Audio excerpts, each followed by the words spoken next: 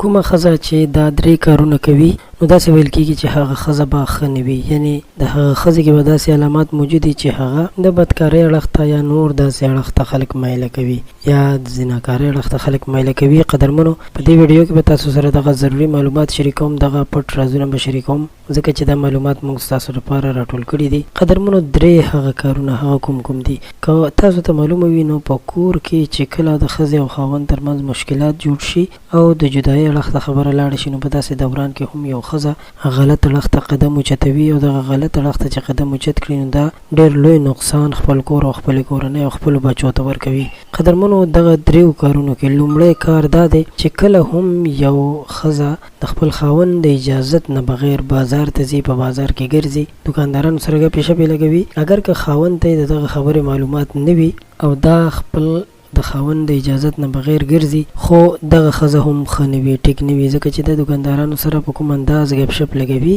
نو دغه انداز دا یو نه یو ورځ د بدکارۍ اړخ ته بیایي. او دویم کار چې هغه په یو قسم ښځو کې موندل کېږي هغه دا چې ښځې د خپلو خپلوانو کې، یعنې د ماما زامن شو، د ترور زامن شو یا داسې نور لرې خپلوان شو، د هغوی نه یو خو ستر پرده نه کوي. دویم پکې چې کومه لویه مسله ده هغه دا ده چې اکثر خو خپلو دغو رشته دارو سره چې هغه نامحرم هم دي هغوی سره په موبایل باندې خبرې هم کوي، ګپ شپ هم لګوي یا یو بل ته کمنټس یا یو بل ته میسیجونه هم کوي. نو اگر که دوی یو بل ته رور خور هم وایي خو بیا هم دا ښه کار نه دی، ځکه چې په خوله باندې رور خور ویل دا هیڅکله رور خور کېدی نه شي تر څو پورې چې د مور نه وي پیدا شوي. نو د داسې کار کولو والا ښځه هم پوهول پکار دی. او دریم قسم کار چې په هغې باندې هم ډېر نظر ساتل پکار دی هغه دا چې اکثره ښځې د کور په دروازو کې ولاړې وي. نو دغسې ښځې هم پکار ده باید چې پوه شي، ځکه چې داسې کارونه کول هم اخر د بدنامۍ او شرم سبب جوړېږي. ستاسو یو جهان مننه چې تاسو موږ سره د دې ویډیو تر اخره پاتې شوئ.